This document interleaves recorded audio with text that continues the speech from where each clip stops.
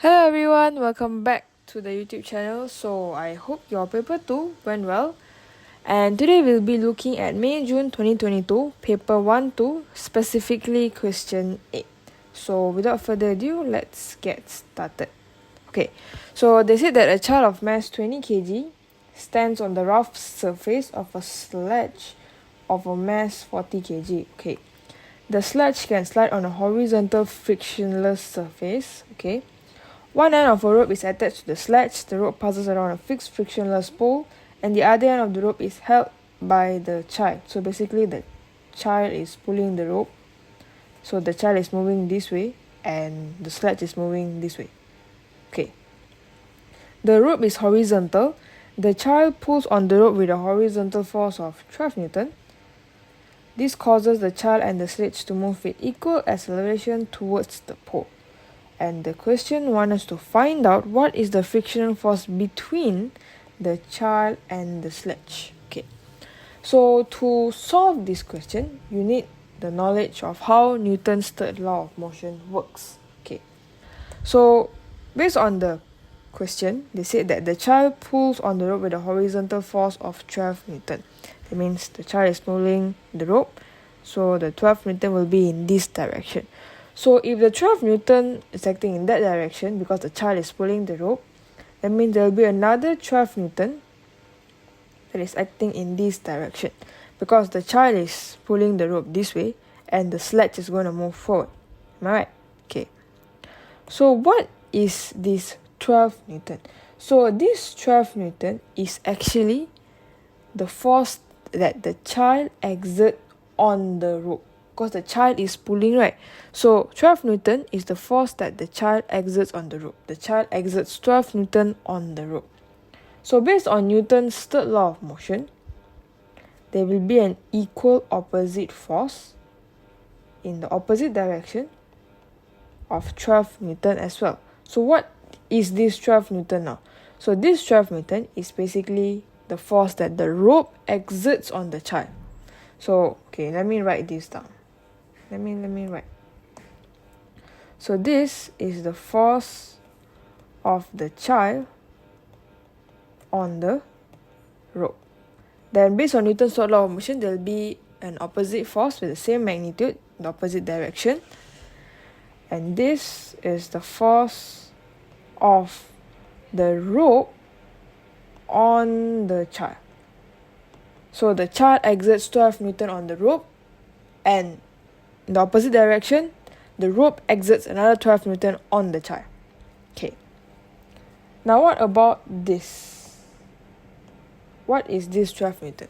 So this 12 Newton is actually the force of the rope on the sledge. Why? Because the child is pulling 12 Newton. And what causes the sledge to move forward? It is the rope. The rope is the one that's pulling the sledge forward. So therefore, this force is the force of the rope on the sledge. So if you want to know what is the force of the sledge on the rope, then it will be in this direction. 12 Newton. Okay, so now what is the reason, we're using Newton's third law of motion to find the opposite direction of the force? This is because we want to find the forces acting on the child as well as on the sledge. Okay. Now let's look at the individual components specifically. So let's look at child now first. So we know there's a force of 12 Newton acting on the child, which I said before, the rope exerts 12 Newton on the child, right? So that means there's a force of 12 Newton acting on the child. So there will be something that opposes the motion of this child. Why? Because they said the child stands on a rough surface. Therefore, this means there is a friction. So if the child is meant to move forward with a 12 Newton, there must be a friction in this direction. There is a friction acting on the child in the opposite direction to oppose the motion. So the child has a 12 Newton forward and a friction that resists it. That is for the child. Now let's look at the sledge. Let's choose a different color. Okay. So we know that there is a force of 12 Newton acting on the sledge. Basically, the rope exerts 12 Newton on the sledge. Right. Okay. This is between the rope and the sledge. Now, I want you to look at the system of both child and the sledge. We know that there's a friction acting on the child in the opposite direction initially, right? So now, based on Newton's third law of motion, wouldn't there be an force the same magnitude in opposite direction acting on the sledge as well? Therefore, the friction acting on the sledge will be in this direction. So the one in green is the frictional force of the sledge acting on the child. That means the sledge exerts a frictional force on the child. And this one, the one I highlighted in yellow, is basically where the child exerts a force on the sledge. This is based on both is Newton's third law of motion. Okay, so now if I were to draw the free body diagram of the child and the sledge separately so that you can see it easier, then I'll have a child here. Basically it's the rope, right? Okay, so from what we have discussed earlier, the rope exerts a force of 12 Newton on the child in this direction, and there is also a frictional force acting on the child in the opposite direction that resists its motion. So this is for the child. Now what about the sledge? This example, the sledge looks like that. I know it doesn't really look like a sledge, but you get the idea. Okay, so this is the sledge. So based on what we have discussed earlier, the rope exerts a force of 12 Newton on the sledge. This way. Right.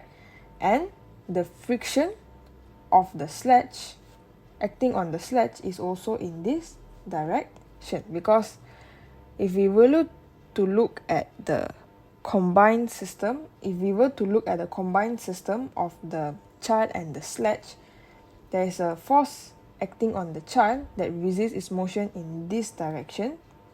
Therefore, there will be an equal and opposite force acting on the sledge in this direction as well. So that is why the frictional force of the sledge is acting in this direction. Okay, so now to solve this, we need to use simultaneous equation. Do not worry, this is not a very complicated simultaneous equation. It's just a very simple one. So we know that net force is equals to ma, and this is from Newton's second law of motion, right? So for the child, we can say that 12 minus F is equals to 20A. Why 20? Because they said the child has a mass of 20 kg. Then for the sledge, it would be 12 plus F equals to, because they're in the same direction, 40A. Why 40? Because they said that the sledge has a mass of 40 kg. Okay, so now I'm going to make this as 1, this as 2, plus 1 and 2. I'm going to get 24 equals to 60A, and my acceleration would be 0.4 meter per second. Yep. So you have find your acceleration already. Now you want to find your friction. You can just use either 1 or 2. Just substitute in. You should get your answer.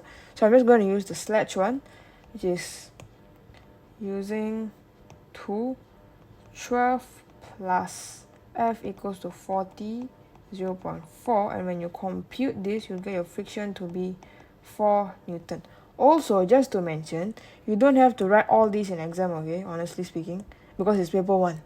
So just write the equation and compute it. As long as you understand what you're writing, then that's fine. Here I'm just showing you my step of what I'm doing. So we have found out that the friction is equals to 4 Newton. If you use the child equation, which is the first one, you'll still also get 4 Newton. And your answer is 8. Okay, so that is all for this question. So this is basically how you solve it. So since it's a very simple simultaneous equation, you can actually do it really fast.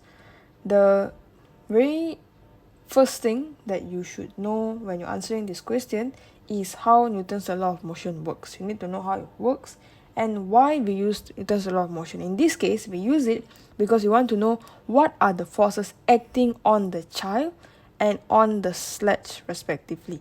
That is why we want to find what are the forces that the rope exerts on the child, on the system itself. Yeah.